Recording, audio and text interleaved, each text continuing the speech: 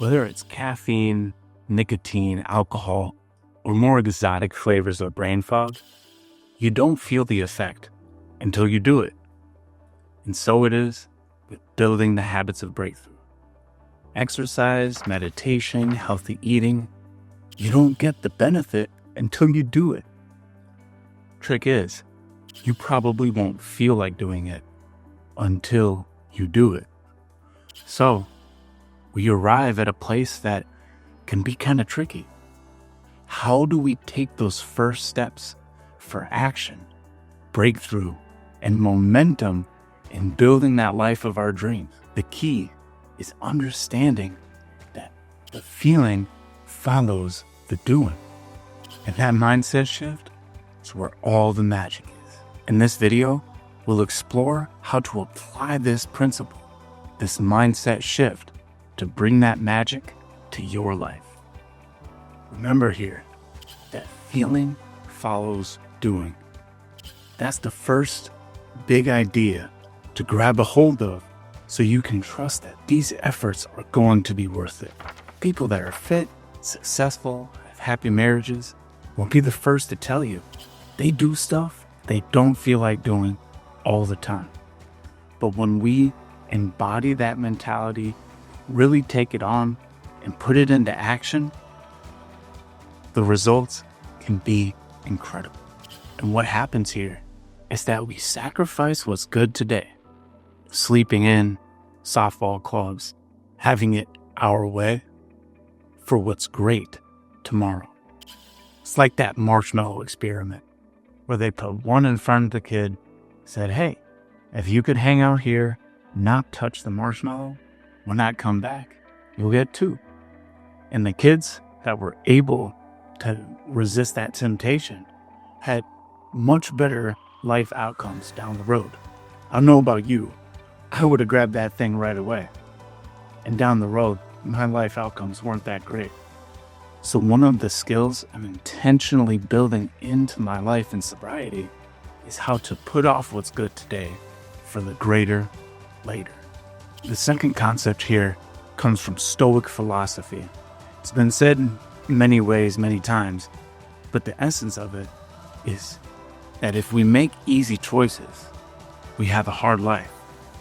And if we make hard choices, we have an easy life. Mark Manson, author of The Subtle Art of Not Giving a Fuck, put it this way.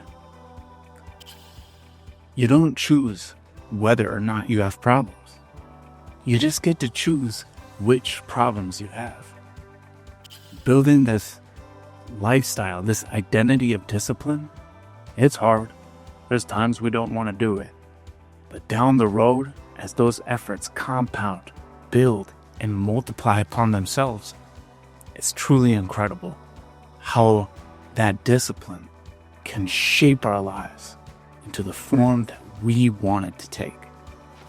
To put that self-determination, that authorship into action. A great way to train ourselves to boldly step into alignment with the difficult work that leads to the fulfillment of what it is we want for ourselves is to signal our brain how important it is, how the effort will be worth it, and that we can actually do it. So we ask ourselves, does this really matter to me? Is it really worth it? And can I really do it? When we grasp this at a deep level of the mind, those hard decisions start to take care of themselves. It's like we're guided from an inner force, driven by something deeper than motivation, to take those next steps, however difficult they may be. Now, this all sounds great, but may also sound a bit overwhelming. And there's 2 final concepts that may help you take those first steps towards whatever new area of discipline you're seeking to create for the benefit it'll bring to your life. The first is what author Master Beck calls a turtle step. And asking ourselves, what is the smallest unit of action that I could take. If you want to write a book, do you have a title? Open up a Word document, write one sentence, and put it away. After all the procrastination, that single step can make a huge difference in triggering the internal drive to go out, open it up again, and write a sentence, write a paragraph. If you're interested in getting fit, taking on an exercise routine, when's the last time you took a walk around the block or just stretched for 5 minutes? If you're interested in leveling up your career, maybe seeing you need to get a degree to do that. Well, getting a degree is a really big thing. But what's the smallest possible step you could take? Is it visiting the website? Filling out a FAFSA? Whatever this is, whichever domain you're applying your efforts to, if it feels overwhelming, start with the smallest possible step. A turtle step. As things go on, you may find yourself feeling stuck, having trouble launching into action over the many times that challenge will present itself in the long course of success, personal development, and breaking through into well-being. Another great trick that has worked well for me and many others is Mel Robinson's 3-2-1 strategy, where you picture yourself like a rocket and initiate that countdown and signal to your brain.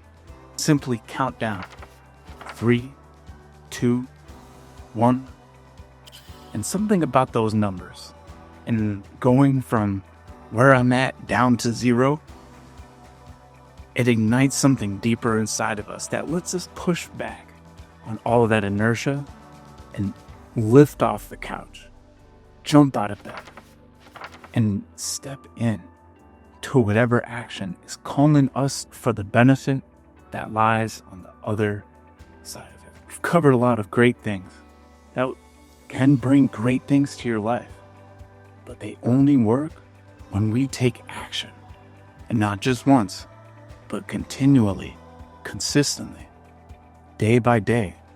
Visualize the end goal that you're working towards, that level of income, the benefits of a healthy relationship, the energy, the vitality, and confidence of reshaping your fitness, of how good it will feel to be 1, 2, 3 years sober.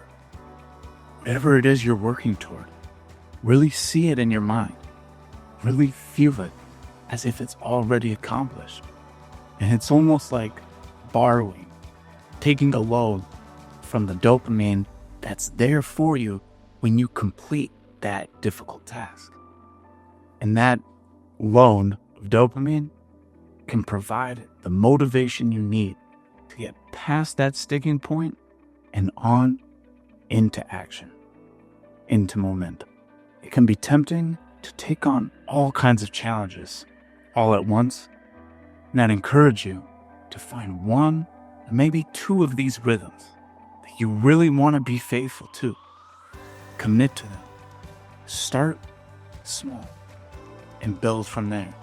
And even when you don't feel like it, remember, you didn't feel the effects of drugs or alcohol or this or that before you actually did it. The same thing's true with healthy living, with setting, pursuing, and achieving goals. We don't get that feeling until we do it. And the results don't come right away. You gotta be a little bit patient, but it's not just good things coming to those who wait. Those good things come to those who do. You ready? Let's flow. You got this. Step into action. Good things don't just come to those who wait. They come to those who do. If you've made it this far on the course, I'd say that's the kind of person you are. So what are you going to do now?